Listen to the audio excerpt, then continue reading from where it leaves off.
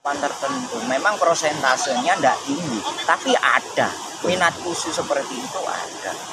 Trekking kita bisa kelola, edukasi pertanian, bagaimana menanam tomat, bagaimana kalau mungkin di daerah jenengan.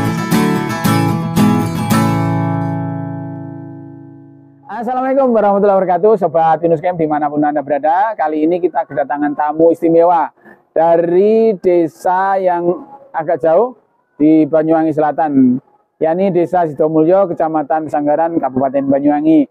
Beliau adalah Bapak Suhardi. Beliau adalah penggiat adventure. Nah, di kesempatan kali ini beliau bincang-bincang dengan ownernya Pinus Camp, Bapak Yusuf Sugiono. Selamat pagi Pak No. Selamat pagi. Terima kasih diberi kesempatan untuk ketemu Pak No sebagai Direktur Utama Camp Pinus Banyuwangi.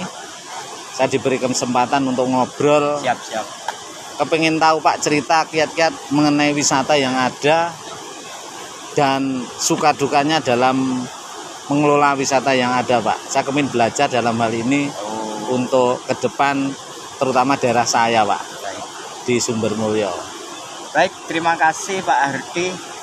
Salam sehat, sejahtera buat semuanya. Puji syukur senantiasa kita haturkan pada Tuhan. Kita kalau boleh kita mengawali perbincangan kita pagi hari ini sambil ngopi tentunya, ngomongin membuat konsep wisata. Yang jelas menjadi acuan pertama kita adalah ya kita berpijak pada kearifan lokal dan potensi geografis yang ada di lingkungan kita. Kita nggak usah muluk-muluk lagi. Kalau mau mengembangkan desa kita, wilayah kita, lingkungan kita, secara sederhana perhitungannya adalah ya dengan kearifan lokal kita. Kalau kita sebagai orang Banyuwangi, kalau kita berangkat dari komunitas Jawa atau dari komunitas masyarakat Banyuwangi sendiri dengan kental suku Usingnya. Nah, itu kalau kita kupas lebih dalam, masing-masing punya daya tarik yang tinggi, ditopang dengan kondisi geografis dan sosial masyarakat. Secara geografi yang jelas kalau di tempat kita bisa dilihat dengan di sini ya kita punya hutan, kita punya sungai, kita punya masyarakat yang bertani. Nah, sudut-sudut itu sebenarnya kan potensi besar yang bisa kita kelola. Kalau ngomongin sungai, kalau kebetulan di tempat kita itu sungai ya kita manfaatkan sungai ini untuk apa? Tidak harus dengan arung jeram. Nah, kebetulan kalau di tempat kita karena kita di hulu, sungainya arusnya cukup deras, terus debitnya cukup besar ya. Potensi yang kita bisa manfaatkan di sini adalah arung jeram, baik tabring maupun di rafting. Kalau kita punya hutan di sini ya apa? Hutan itu yang bisa dikemas, karena di hutan sendiri kan kita lebih banyak bisa kemas ya untuk kegiatan ubud. Kalau untuk masyarakat lingkungan hutan dengan kehidupannya di hutan, mereka menjadi petani hutan. Nah, apakah itu tidak bisa dikemas? Oh, sangat bisa. Dikemas menjadi edukasi. Potensi hutan dengan hutan produksi kalau di daerah saya mungkin berbeda dengan daerah Pak Hardi, hanya kayak tanaman keras seperti itu ya. Mungkin jati, kalau di sini kan ada namanya pohon pinus, maka menjadi brand kita. Nama kita itu Pinus, yang secara filosofi sebenarnya Pinus itu adalah pikiran-pikiran Nusantara dengan mengambil nilai-nilai kearifan lokalnya gitu loh.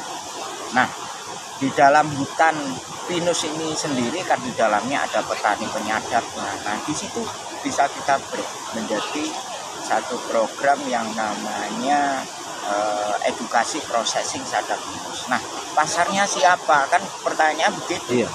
Nah, pasar itu kita tidak hanya membidik wisatawan yang hanya menjadi penikmat, tapi wisatawan yang kepengen belajar, yang sifatnya keilmuan. Nah, di situ kan ada edukasi.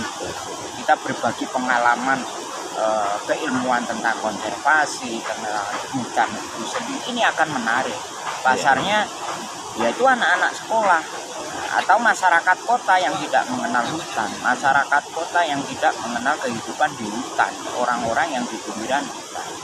Bahkan kita di ini karena kita melihat daripada kehidupan masyarakat di sini, kita bikin program namanya berburu makanan tumbuhan hasil hutan yang secara liar, yang notabene itu menjadi bahan konsumsi masyarakat di lingkungan hutan seperti pakis dan lain sebagainya.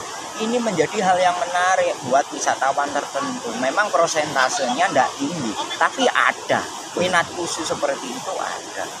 Trekking kita bisa kelola, edukasi pertanian, bagaimana menanam tomat, bagaimana kalau mungkin di daerah jenengan bisa dikembangkan yang namanya budidaya buah naga, jeruk dan lain sebagainya, atau potensi pertanian yang lain, semuanya sangat bisa dikemas. Nah, ketika kita bisa secara jeli melihat itu menjadi potensi, tentunya imbasnya adalah kita akan lebih luas memberdayakan masyarakat. Nah, ini penting, Mbak, agar supaya kegiatan kita itu tidak menjadi objek tontonan orang atau tontonan masyarakat, tapi masyarakat secara luas itu bisa terlibat, bisa kita berdayakan lewat program-program atau paket-paket yang kita kemas di sini.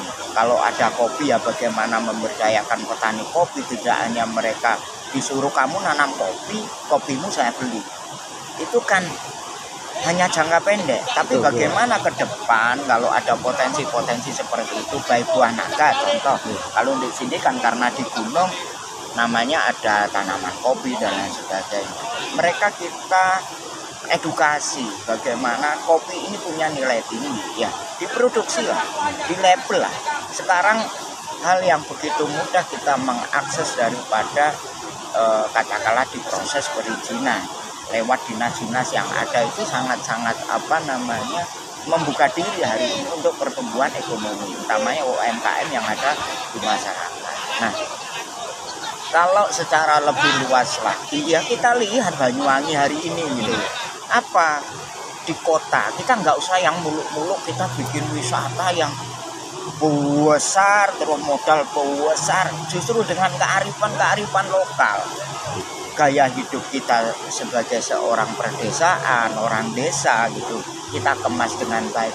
Di Banyuwangi hari ini, ayo kita buka wawasan kita bareng-bareng, kita sharing nih. Di sini nggak ada guru, kita sharing. Di Banyuwangi hari ini bertumbuh hotel-hotel bintang 5. Berapa hotel bintang 5 sejak 10 tahun terakhir hari ini? Ada macam-macam ya, ada Kokon, ada El Royal, ada Elira, bahkan hotel besar itu sekarang menyerbu di Banyuwangi.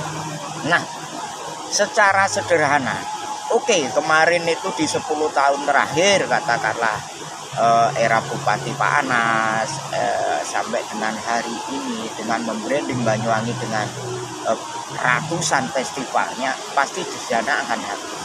Tapi ketika kita melihat secara sederhana itu tadi, hotel bertumbuh, mereka menginvestasikan, menghitung itu puluhan tahun ke depan.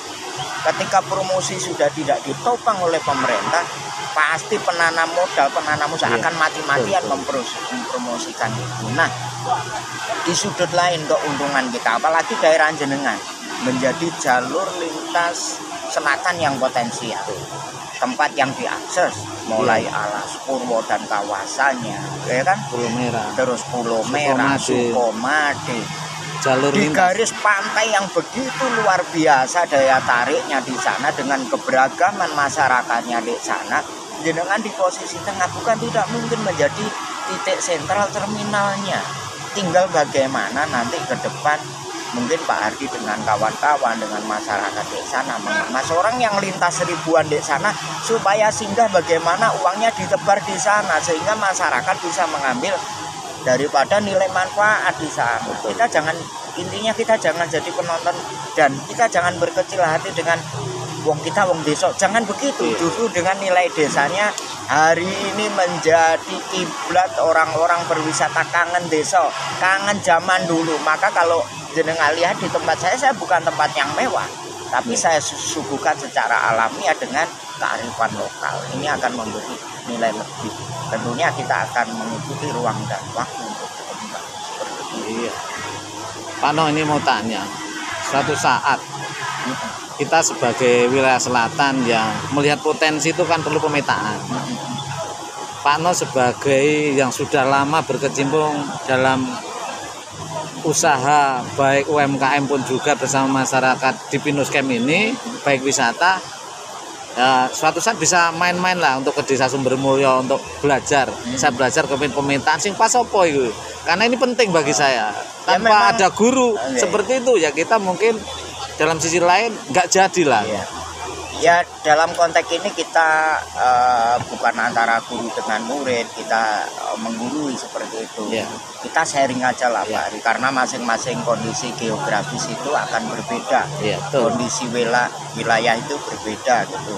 Lain lubuk, lain belalang, lain kolam, lain ikannya kan begitu kalau paribahasa. Tapi kan semuanya bisa dikorelasikan menjadi satu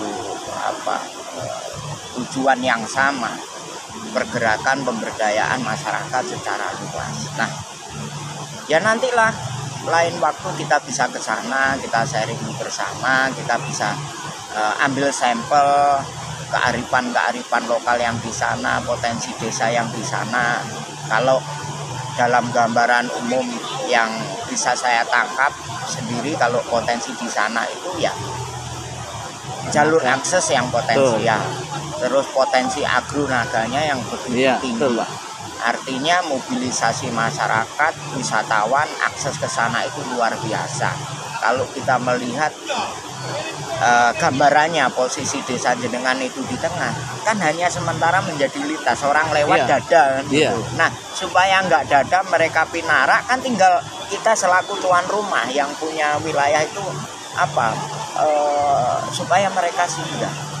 Ketika singgah, bagaimana wisatawan atau pengunjung yang arah Pulau Merah, wisatawan arah Sukomade, arah pokoknya Banyuwangi Selatan itu bisa singgah di situ, bisa belanja di situ, masyarakat bisa berdaya. Ini penting sekali.